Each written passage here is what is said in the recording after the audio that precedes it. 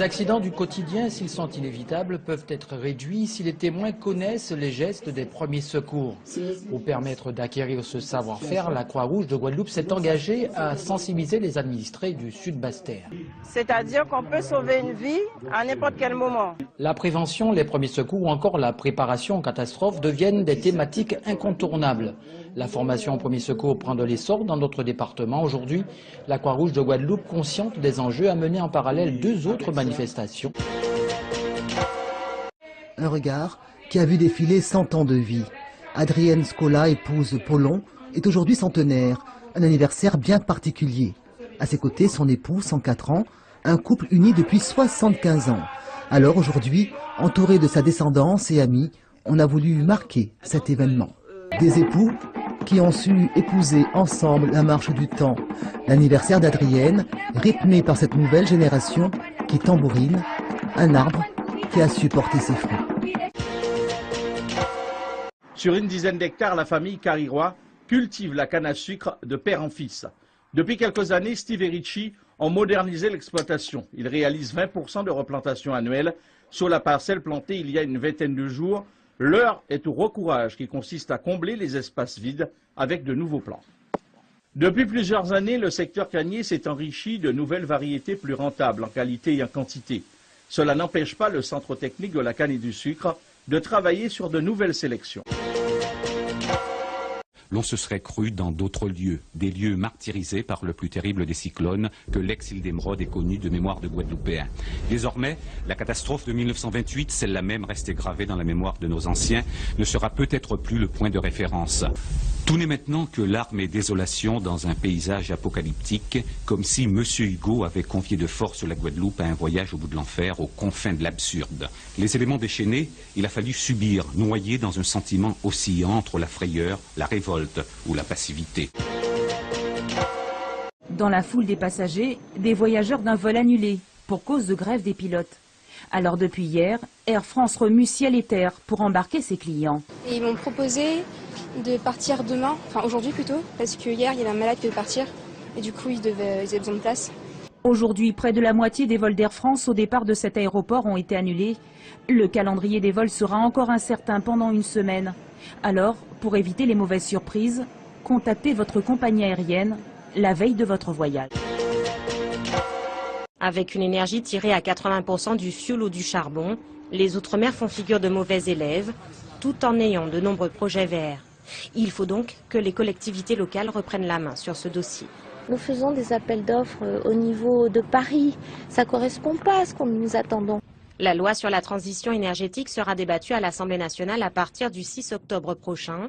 Elle contient un volet dédié à l'outre-mer, de quoi rassurer les porteurs ultramarins de projets verts pour que ce bleu soit aussi rentable qu'il est immense. Il y a seulement 7 ans de cela, la production bananière en Guadeloupe atteignait péniblement 4000 tonnes. C'est l'existence même de toute la filière qui était menacée. Désormais, les producteurs en sont à 75 000 tonnes. Le secteur a repris du tonus. Nous sommes aujourd'hui sur une filière qui se modernise de façon extrêmement forte. La main-d'œuvre manuelle reste la majorité du travail, mais les techniques changent. Les planteurs sont à 2000 tonnes près au maximum de leur quota. À raison d'un emploi pour 60 tonnes de fruits, la perspective d'embauche supplémentaire est bien réelle.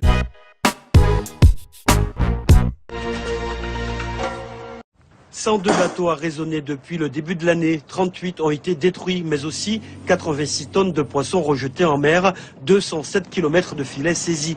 Le bilan des contrôles est meilleur cette année. La réponse de la justice aux actes de pêche clandestine l'est tout autant. 40 capitaines de navires ont fait l'objet de poursuites. 12 d'entre eux ont été condamnés à de la prison ferme. Les destructions de tapouilles saisies vont pouvoir reprendre. Le Conseil constitutionnel avait invalidé l'ancienne loi. La pirogue, comme bien d'autres sports, fait-elle sa rentrée. Et c'est immanquablement la fête, comme à chaque rassemblement du genre. Le lac retrouve ses pagayeurs, 14 équipes, quand l'organisateur Passion Pirogue Guyane n'en attendait pas autant.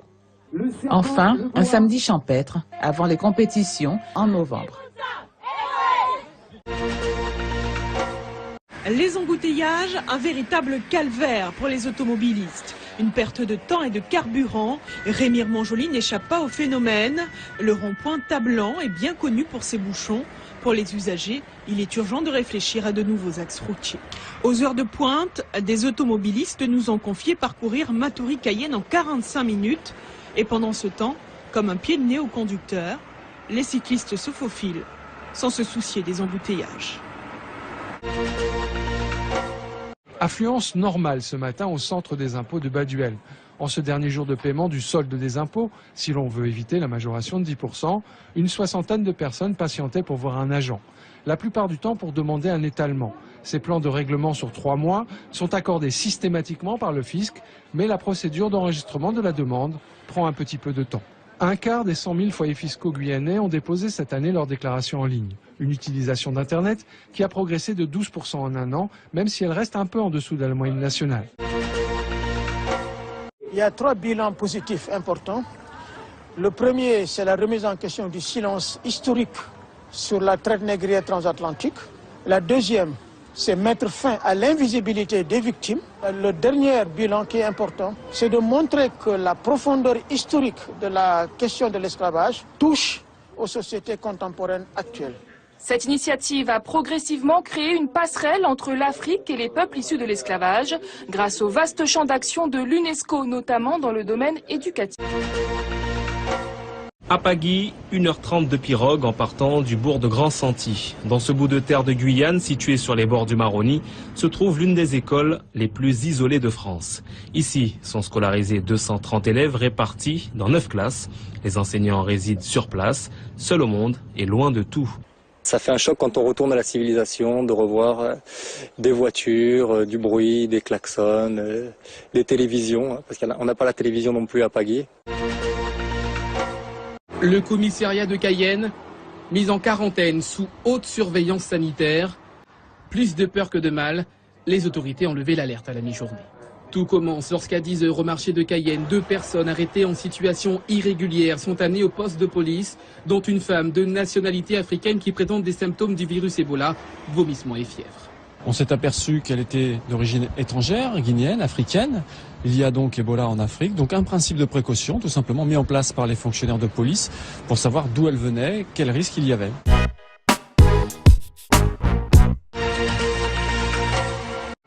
Sully Kali, 59 ans, père de famille, d'abord musicien, mais aussi chanteur, danseur, formateur, éditeur, animateur, artisan, fabricant de tambours, un passionné, il peut ainsi en parler des heures.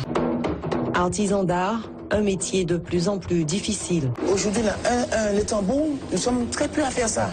C'est un travail qui est difficile, qui est pénible. Personne pour la relève.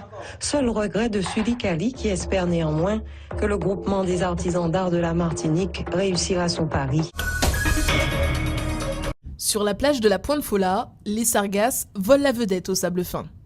Et pour atteindre la mer, il faut se frayer un chemin. De quoi dissuader certains, mais pour les plus téméraires, pas question de reculer devant cet obstacle qui ne les empêchera pas de profiter des fonds blancs. Je ne savais même pas qu'il y en avait, donc on a décidé de venir prendre un petit bain de mer et puis on découvre. C'est pas un problème. On va passer dessus et puis c'est tout. La municipalité veille à limiter l'invasion pour ne pas priver les Martiniquais de la baignade. Non, ce ne sont pas des travaux de terrassement, mais des fouilles archéologiques. Situé à l'habitation Sigy au Vauclin, ce chantier nous fait revenir 3 siècles en arrière. Ici, les archéologues ont découvert les traces d'une habitation de l'époque coloniale.